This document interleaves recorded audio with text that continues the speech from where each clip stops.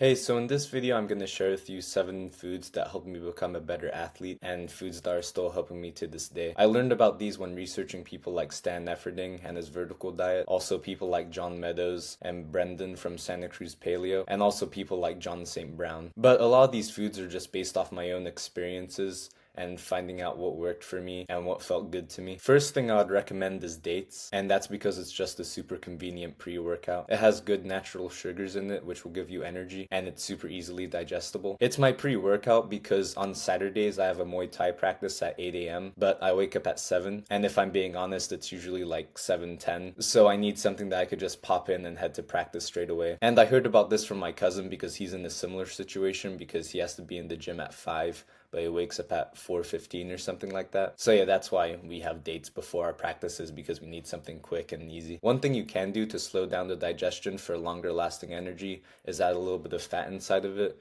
whether that's some butter or some cheese, and that'll give you longer lasting energy. But I don't usually have time for that. I just have to like pop them in and head out the door straight away. But if I did have a little extra time, I would definitely do that. Second thing is salt. I learned about this because I had this super big cramping problem when I was playing football in high school. So I did a bunch of research on how to stop cramping or why I'm cramping, and I found out the reason was I wasn't getting in enough salt. And once I started putting extra salt on my foods, I noticed the cramping went away. But salt is also really good for your brain. Andrew Huberman actually takes it every morning, and it increases performance because it's essential for good muscle contraction.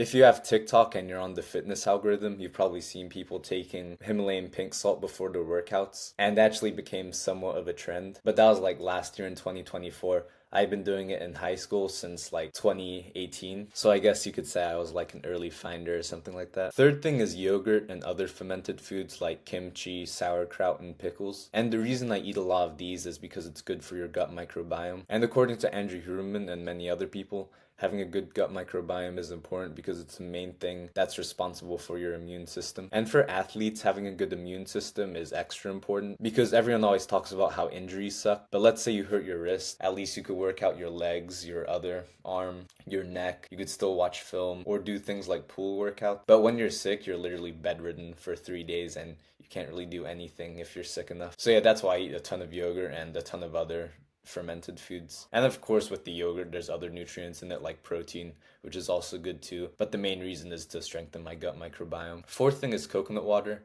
And I drink a lot of this because it has electrolytes like potassium and magnesium. And again, those things just have a lot of benefits for your muscles and your brain. But the thing about coconut water is, although it has a lot of potassium and magnesium, it doesn't really have the most sodium. So what I always do is just add a little bit of salt inside of it. So that way it's a great thing to drink before my workouts, during, or even after. Also, it's just a little bit extra refreshing than water. Now, the fifth thing I eat a lot of is rice, and that's because it's an easily digestible carb, which is great to have before practice. Because you want carbs before practice for the energy, but you don't want something that's going to feel like a brick is sitting in your stomach, like how you would feel if you eat a bunch of bread before practice. And I actually made that mistake last week because I ate a bunch of pita bread before a wrestling practice. And during that practice, 90% of my energy was focused on the wrestling training and the techniques and all of that. But the other 10% or maybe even 15% was just focused on not shitting myself. But I'd prefer that 100% of my focus and energy is on the practice. So I really should have ate the rice before that. Now, sixth thing is red meat.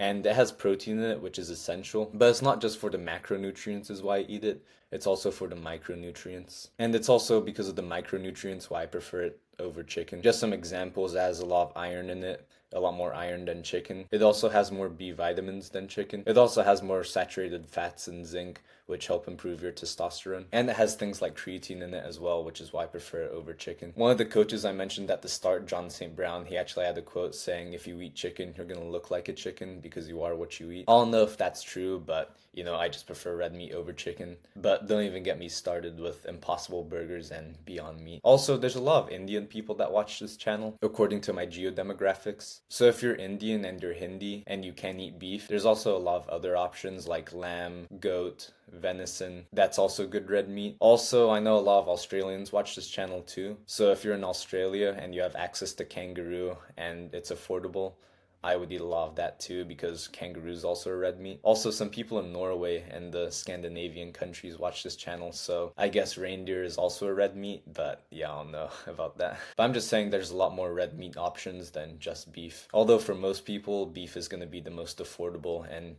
easiest access. Now, last thing is eggs, and that's because it's basically nature's multivitamin. Pretty much every nutritionist I come across recommends eggs, and that's because it's great for things like your bones, brain, joints, skin, and muscles. Pretty much it's great for your entire body. So, of course, if you're in California, eggs are a little bit expensive right now. And I don't know if it's just a California thing or a whole US thing or maybe even the whole world thing, but in California, eggs are super, super expensive right now. So once the price hopefully drops, we can go back to eating eggs. So next time you're at the grocery store and you see one of these foods I just mentioned and you think it would help you and it's within your budget, I hope you give it a try. The main thing I would suggest when it comes to picking foods is to choose foods that like you and not foods that you like. I'll explain this through an example. A few semesters ago, I was on a date with a girl from my college and we were getting to know each other, and I was telling her how I like to eat healthy and how I avoid bad foods even if they taste and look good. I still decide to stay away from them. And when I told her this, she looked at me and she was like, "That's sad."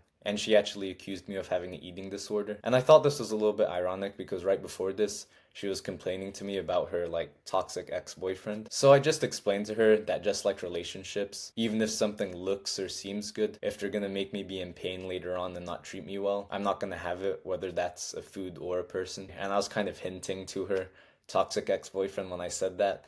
And, she gave me an awkward laugh, but that was actually the last day we hung out together. So, of course, I was somewhat joking when I said that, but for the most part, it is kind of true. For example, you might meet the girl and she might be super attractive and super nice, but if you know she's gonna do things like cheat on you and abuse you and argue with you and gaslight you a lot, and in Johnny Depp's and Amber Heard's case, she's gonna negatively impact your career with false allegations, and also in their case, do things like taking shits in your bed, you probably shouldn't date her. And same thing when it comes to eating foods that you know is gonna make you be in pain later on or negatively impact your goals if you're an athlete. Especially when you could find foods or people that taste just as good or look just as good. But not only will these foods taste just as good, they'll also comfort you and they'll help you towards your goals and your career. And in case you're not picking up what I'm putting down, I'm not just referring to food right now. Guys, this is just my philosophy. Let me know if you agree with it in the comment section. Of course, though, some bad foods are fine once in a while. Also, if you're bulking and you need to eat a certain amount of calories,